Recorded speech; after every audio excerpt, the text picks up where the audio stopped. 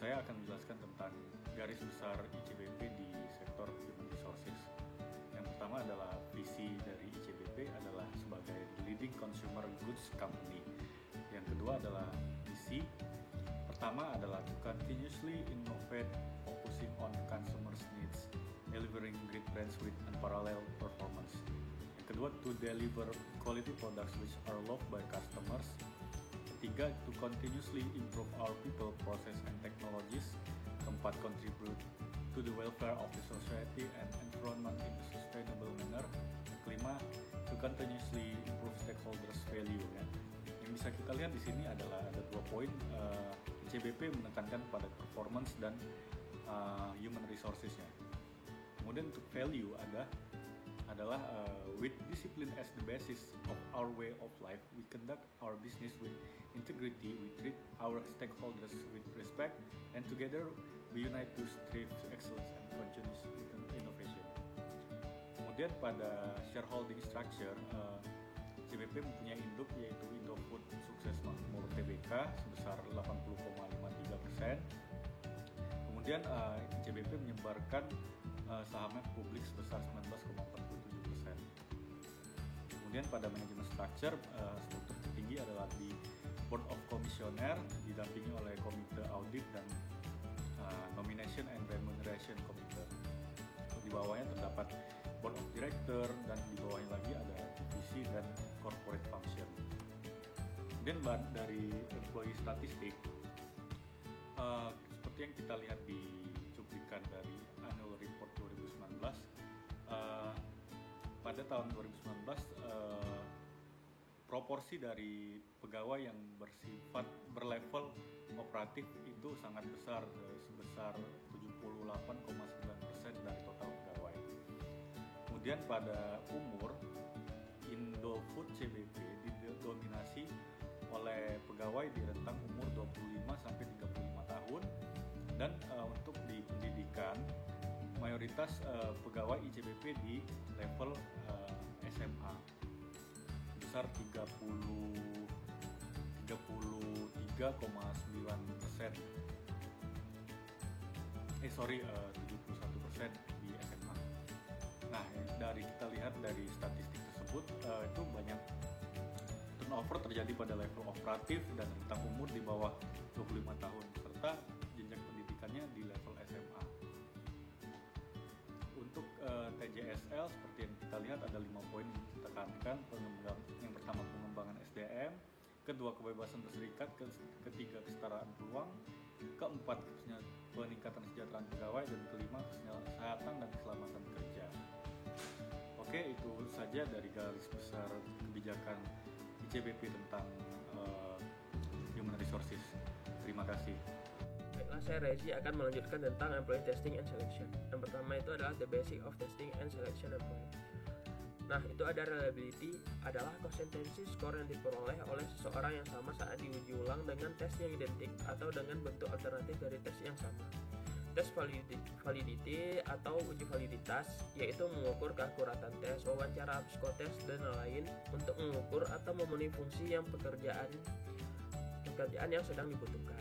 Nah, validasi tes ini melibatkan analisis pekerjaan, memilih tes, mengelola tes, menghubungkan skor tes dan kriteria yang diperlukan, serta memvalidasi tes. Nah, selanjutnya itu ada dua jenis. Yang pertama itu criterion validity atau validitas kriteria. Berarti menunjukkan bahwa mereka yang berhasil dalam ujian juga berhasil dalam pekerjaannya. Nah, kalau konten validity berarti menunjukkan bahwa tes tersebut merupakan sampel yang adil dari konten pekerjaan. Bahasa lainnya, jika tes yang dipilih ialah representatif dari pekerjaan, maka tes tersebut bisa disebut valid. Nah, sini ada 5 langkah proses validasi. Yang pertama, step analyze the job. Nah, ini menulis uraian dan spesifikasi pekerjaan. Kedua, choose the test, memilih tes yang sesuai dengan pekerjaan. Yang ketiga, administrasi the test, melakukan tes yang telah dipilih kepada karyawan lama. Relate your test, score, and criteria, mencocokkan tes dengan pekerjaan. Yang kelima adalah melakukan uji coba tes tahap 3 dan 4 kepada karyawan lainnya. Oke, next slide. Type of test. Nah, di sini ada tes kognitif, meliputi tes penalaran umum, kecerdasan, misalnya, dan tes kemampuan mental, khusus seperti memori dan penalaran induktif. Contoh tes psikotes, kalau ICBP sendiri memiliki beberapa tes seperti tes logika, penalaran, tes Pauli, tes WPT. Kedua, tes kemampuan motorik dan fisik. Tes mengukur kecepatan dan akurasi penilaian sederhana serta kecepatan gerak jari tangan dan lengan. Nah, biasa tes ini digunakan saat masuk tentara atau polisi seperti push up, sit up, lari keliling lapangan dan lain-lain. ICBP belum. History, personality, and interest. Tes kepribadian mengukur aspek dasar kepribadian pelamar seperti introversi, stabilitas, dan motivasi. Contoh tes wawancara melihat sikap dan kepribadian pelaku pelamar. Kalau dalam ICBP di sini ada tahap interview HR gitu. Nah, kalau misalnya tes prestasi mengukur apa yang telah dipelajari seseorang. Mereka mengukur pengetahuan pekerjaan. Nah, pelamar yang dipilih sesuai dengan bidang yang dia pilih, misalnya bidang pemasaran. Nah, kalau di ICBP itu ada namanya tahap interviewer. Maka si pelamar akan ditanya-tanya sekitaran tentang apa bidang yang dia lamar gitu. Interest inventory selanjutnya seperti melihat minat dan membandingkan dengan karyawan sebelumnya, karena orang yang akan bekerja lebih baik jika ia bekerja sesuai dengan minatnya. Nah, itu ada improving performance through HRIS. Itu lebih baik kalau misalnya kita membuat sesuatu itu menggunakan online. Itu bisa menghemat biaya, kos, dan juga lebih ramah lingkungan seperti mengurangi biaya-biaya kertas. Nah, kalau dari ICBP sendiri sih, yang pertama itu dia ada tes psikotes, terus ada tes presentasi dan interview AR dan interview user. Setelah itu baru ada psikotes eksternal. Nah, psikotes eksternal ini seperti memvalidasi tentang tes psikotes sebelumnya gitu. Nah, kalau misalnya di tes psikotes pertama itu ICBP menggunakan program evolve, menggunakan sistem gugur. Nah, lolos atau tidaknya itu langsung diumumkan. Proses tes psikotes untuk program evolve yaitu tes seperti yang tadi bilang WPT, tes logika penalaran, terus tes Pauli, tes LGD juga ada di situ. Baiklah, mungkin itu aja. Selanjutnya akan dilanjutkan oleh teman saya. Sampel merupakan sebuah tes yang menggambarkan situasi pekerjaan yang didaftar oleh pelamar dan akan dinilai oleh penguji. Beberapa jenis work sample and simulation seperti pertama work sampling. Work sampling itu mencoba untuk memprediksi performa pekerja dengan cara meminta pelamar untuk melakukan suatu tugas dari pekerjaan yang ia lamar. Yang kedua, video based situational testing, yaitu sebuah testing yang menyajikan beberapa situasi dengan video dan di setiap videonya akan dihadapkan pada satu atau lebih pertanyaan pilihan ganda yang mengharuskan peserta ujian memilih action apa yang akan dia lakukan. Yang ketiga, situational judgment test, yaitu tes personil yang didesain untuk menilai pertimbangan pelamar dalam menghadapi sebuah masalah di kantor. Yang keempat, miniatur job training, yaitu kandidat akan melakukan beberapa tugas pekerjaan dan perusahaan mengevaluasi performa kandidat sebelum mempekerjakannya. Yang kelima, management assessment center, yaitu tes simulasi yang menugaskan calon pekerja atau pelamar untuk melakukan tugas-tugas manajemen realistis dan diawasi oleh para ahli yang menilai setiap potensi dari masing-masing kandidat. Management Access Center itu biasanya seperti The Ingascare,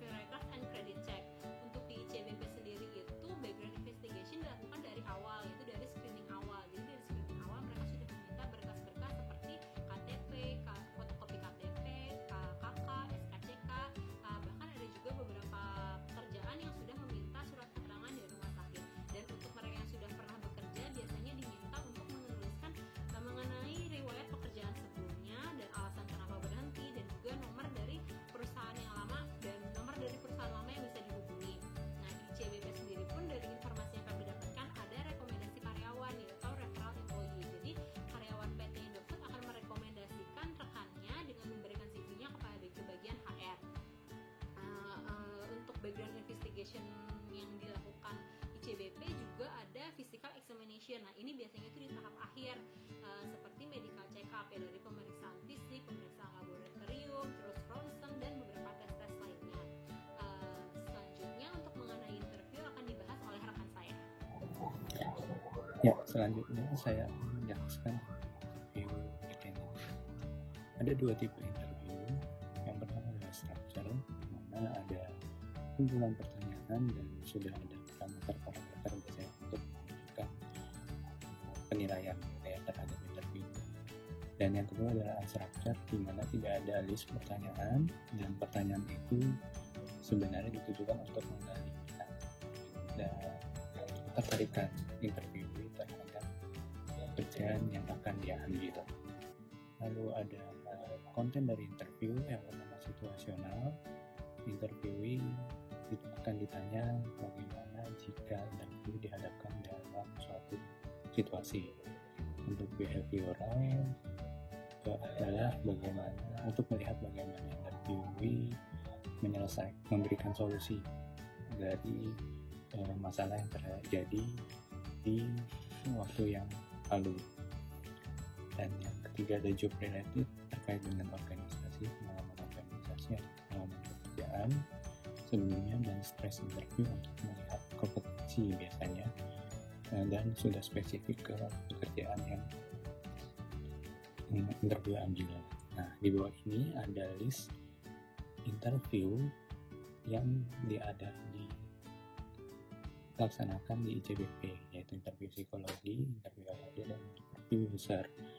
Untuk interview psikologi biasanya terkait dengan karakter seseorang interviewnya dan bagaimana interviewee mendeskripsikan dirinya. Lalu untuk interview HRD sebelumnya ada tahapan presentasi, lalu akan ditanya oleh HRD tentang presentasinya dan tentu pengalaman serta karakter di sebelumnya.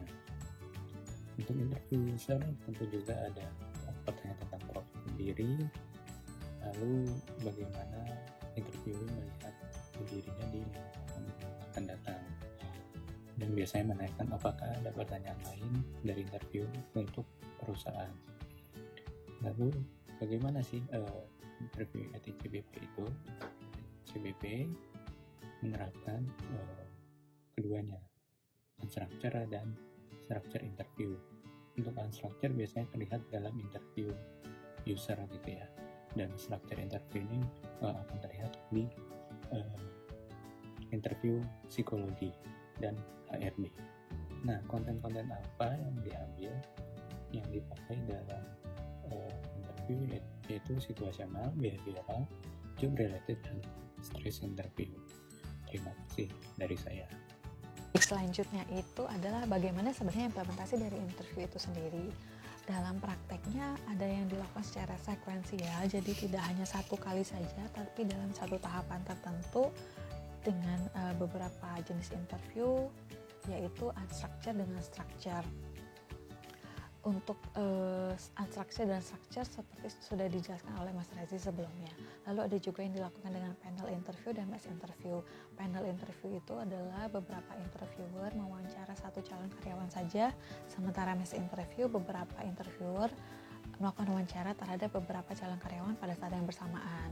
Ada juga yang menggunakan sarana seperti phone interview, computer based job interview, dan web based interview.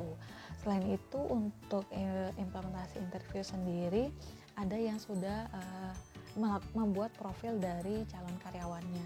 Jadi sudah ada misalnya skill atau expertise atau knowledge tertentu yang diharapkan dari calon karyawan, dan itu sudah langsung menjurus dalam pertanyaan-pertanyaannya. Selain tadi ada juga yang total selection program. Jadi di sini serangkaian dari proses interview itu lebih mengharapkan nanti si calon karyawannya adalah orang yang memang totalitas dalam setiap tahapannya dan cocok sesuai dengan jenis pekerjaan yang akan dituju nanti. Nah, di sini kami melihat ICBP itu untuk interviewnya sendiri sudah menerapkan beberapa, ya seperti panel interview ini umumnya untuk level manajerial vice president atau senior vice president ke atas, dengan interviewernya itu adalah beberapa direksi.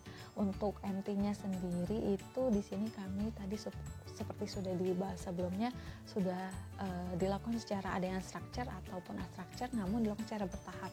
Jadi sifatnya sequential interview. Untuk profil oriented interview, hal ini juga diterapkan di ICBP. Di sini untuk MT itu dari awal sudah ditetapkan bidangnya seperti misalnya sales ataupun manufaktur. Jadi nanti dalam interviewnya itu sudah mencakup dari jenis atau bidang yang akan dituju. Dan profilnya untuk MT sendiri itu biasanya bersedia ditempatkan seluruh Indonesia. Lalu dalam program MT juga sudah menerapkan auto selection program karena tahapannya itu sudah dalam serangkaian proses dan setiap calon itu harus lulus dalam setiap tahapnya sehingga nanti pada akhirnya memperoleh job offer. Dan dalam interview ini ada beberapa hal yang perlu diperhatikan, terutama interview error. Contohnya itu seperti first impression. Jadi umumnya banyak interviewer itu yang sudah menjudge pada saat pertama kali bertemu dengan calon karyawan, dan hal ini harus dihindari karena don't judge the book by its cover. Lalu yang kedua itu yang not clarifying what the job requires. Di sini mungkin kami melihatnya di ICBP sendiri hal ini sudah dimitigasi sebelumnya dengan penjelasan syarat-syarat dan job description pada saat posting atau di pengumuman yang dilakukan di portalnya terkait setiap lowongan pekerjaan yang ditampilkan. Dan interview error lainnya itu ada yang candidate order sesuai urutannya yang bisa membuat interview error, ada yang non behavior, personal karakteristik, applicant disability, dan interviewer behavior. Dan di sini kami sorotin itu untuk interview prosesnya sendiri kami peroleh dalam satu portal, dilihat bahwa overall experience-nya itu excellence, walaupun ini tidak bisa menggambarkan keseluruhan dari total dari karyawan, namun di sini dia excellent. Jadi mungkin interview error-nya itu ada tapi tidak sampai membuat interviewnya itu dianggap buruk oleh calon karyawan. Demikian. Orientasi adalah kegiatan yang memberikan informasi dasar tentang perusahaan dan lingkup pekerjaan kepada pegawai baru saat mereka baru masuk kerja. Tujuannya agar pegawai merasa diterima dan bagian dari tim, punya pengetahuan tentang informasi dasar dan untuk menunjang pekerjaannya agar lebih efektif, memberikan pengetahuan tentang perusahaan, serta mulai membiasakan pegawai baru tersebut pada budaya-budaya perusahaan. Waktu orientasi biasanya bergantung pada materi yang disampaikan dan apa yang diterima oleh pegawai baru tersebut. Alur orientasi bisa beragam, namun biasanya menggunakan 4 tahapan. Yang pertama, menjelaskan terkait dengan pengetahuan dasar, seperti visi misi, struktur organisasi, dan lain sebagainya. Kemudian masuk ke dalam departemen, kemudian memperkenalkan rekan kerja, serta memperkenalkan atau membiasakan kepada lingkungan pekerjaan atau tempat bekerjanya. Ada juga perusahaan yang menggunakan employee handbook serta menggunakan teknologi dalam masa orientasi. Intinya dalam masa orientasi harus memberikan pengetahuan kepada pegawai baru minimal manfaat yang diterima pegawai, peraturan pegawai, indikator atau penilaian pegawai, serta facility tour. Di ICBP sendiri itu bisa menggunakan 2 alur. Yang pertama MT maupun rekrutmen pegawai lewat kontrak biasa. Baik MT dan rekrutmen lewat kontrak biasa itu ICBP melakukan orientasi pekerjaan. Yang pertama, memperkenalkan hal-hal dasar seperti visi misi perusahaan, keuntungan jadi pegawai, serta aturan-aturan dasar seperti waktu kerja, hari libur, dan lain sebagainya. Kemudian menjelaskan masing-masing divisi, biro, atau departemen, seperti contohnya divisi Noodle yang menjelaskan skema bisnisnya, struktur pekerjaannya, proses manufakturnya, dan lain sebagainya. Kemudian memperkenalkan timnya dan mengadakan tour atau keliling terkait dengan fasilitas, tempat kerja, pabrik, dan lain sebagainya. Ini merupakan salah satu foto program MT program tahun 2017 iFuel atau divisi Noodle. Pelatihan di sini berarti memberikan kemampuan pengetahuan kepada pegawai baru maupun pegawai lainnya dalam menunjang pekerjaan mereka, sehingga tidak mengalami negligent training, yaitu kondisi di mana senior atau employer gagal untuk melatih dengan baik sehingga perusahaan tersebut merugikan pihak lainnya. Ada beberapa langkah dalam melakukan proses pelatihan tersebut. Yang pertama, analisis pelatihan yang dibutuhkan apa aja oleh para pegawainya, kemudian desain program pelatihan secara keseluruhan atau holistik. Yang ketiga, mengembangkan modul pelatihan seiring berjalannya waktu dan mengimplementasikan pelatihan pada pekerjaan, serta evaluasi apakah modul pelatihan tersebut sudah efektif, apa belum, dan bagaimana cara mengefektifkannya. Baik untuk tujuan strategis maupun kondisi saat ini, pelatihan harus tetap dilakukan. Untuk kondisi strategis, pelatihan lebih ke arah pengembangan lini bisnis baru yang akan dikembangkan oleh perusahaan. Sedangkan pelatihan untuk kondisi saat ini berdasarkan dari performa pegawai. Nah, bagaimana cara menganalisisnya? Bisa menggunakan task analysis serta performance analysis, di mana task analysis melihat kemampuan atau skill apa yang diperlukan dalam melakukan pekerjaannya biar lebih baik, efektif, dan efisien. Sedangkan performance analysis adalah melihat bagaimana apakah performance tersebut turun atau kurang dibandingkan dengan performa biasa dengan kualitas performa saat ini. Selain itu, memberikan pelatihan untuk meningkatkan performa sebenarnya juga bisa melakukan job rotation, job enlargement, dan lain sebagainya. Kemudian yang tidak kalah penting adalah model grafis yang menggabungkan antara kompetensi yang dibutuhkan oleh pekerjaan yang lebih baik. Di dalam ICBP sendiri, ICBP memiliki berbagai program pelatihan dalam pengembangan yang efektif sesuai dengan kebutuhan pengembangan dan operasional perseroan. Seperti ada timeline program pelatihan dan program tambahan sesuai dengan analisis kebutuhan. Contohnya, seperti pelatihan menambah skill pembuatan produk makanan, task analisis yang dapat dilihat di gambar yang di atas, kemudian dan pelatihan hard skill untuk meningkatkan kinerja pegawai, contohnya di Indolacto. Karena memiliki lini bisnis yang besar, ICBP juga memiliki program Cipta untuk mengembangkan lini bisnisnya. Dalam hal ini, Cipta ini adalah proses untuk membuat inovasi dalam mengembangkan produk di ICBP. ICBP juga memiliki SISDM, Sistem Informasi SDM, beserta database-nya untuk melihat model dan profil kompetensi yang baik itu seperti apa, sehingga nantinya akan meningkatkan performa perusahaan serta tersedianya modul pelatihan. Kemudian untuk training program sendiri adalah mendesain program pelatihan yang baik. Dalam mendesain pelatihannya, para perusahaan harusnya memperhatikan tujuan pelatihan, metode mendeliverinya seperti apa, serta evaluasi terhadap programnya. Karena pada dasarnya meskipun pegawai sangat potensial tapi tidak mengetahui apapun dan bagaimanapun melakukannya, maka dia akan melakukan pekerjaannya dengan tidak baik. Nah, bagaimana cara mengimplementasikannya?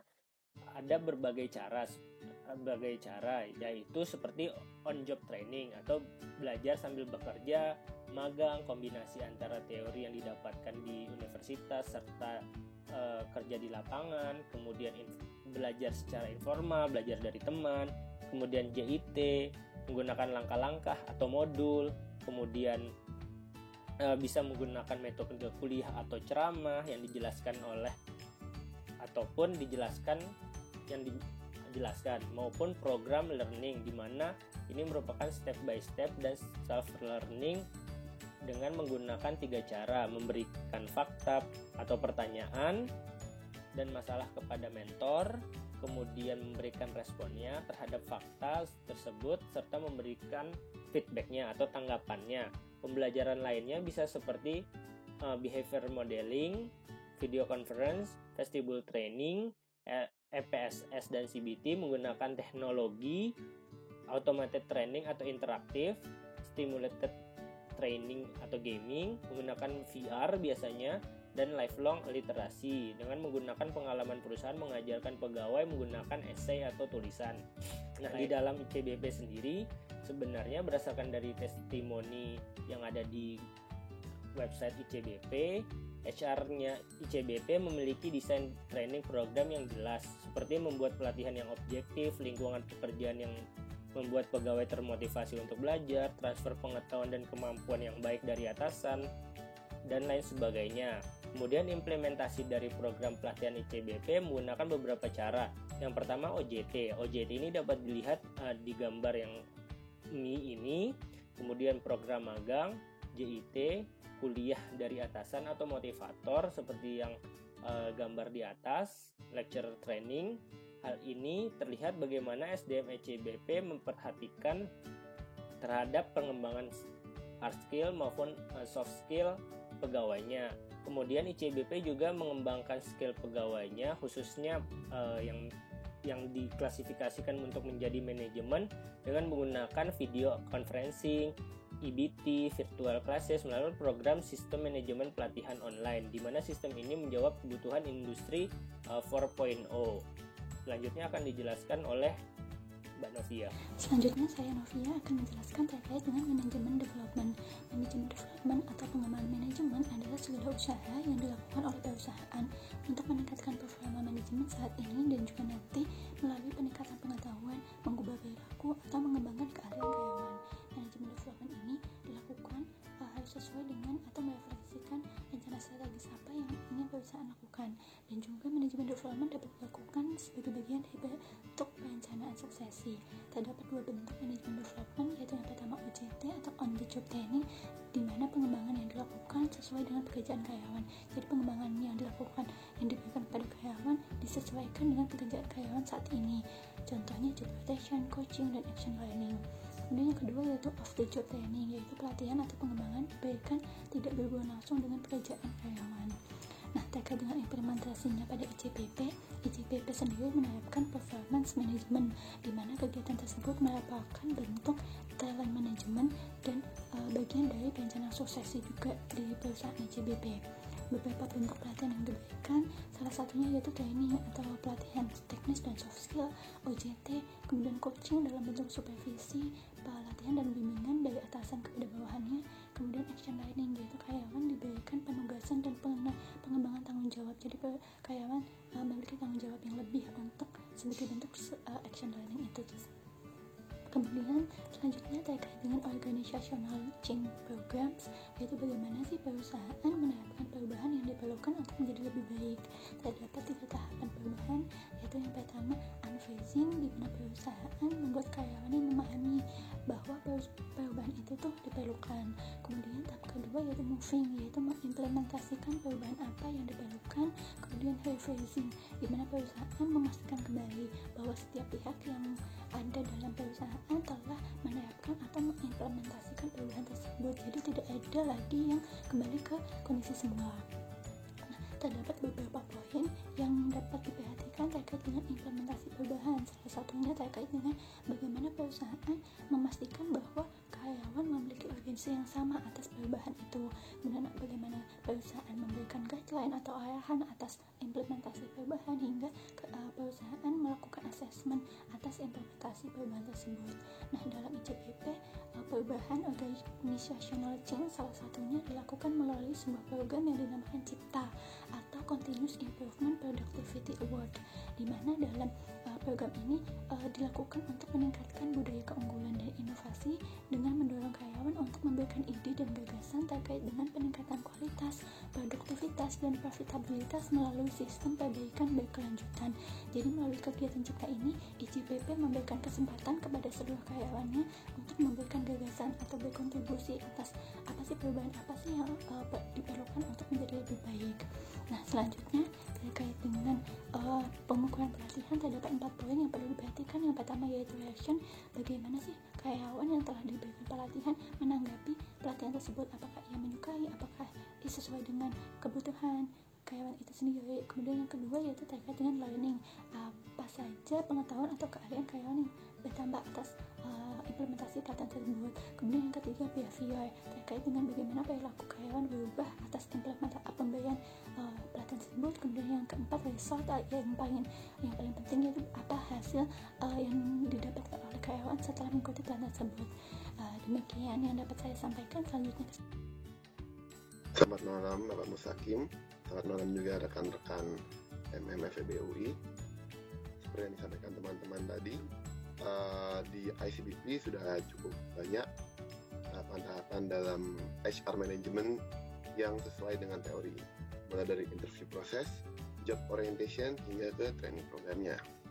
Pada summary ini saya akan memberikan catatan yang bisa menjadi isu di kemudian hari terhadap sistem HR management di ICBP.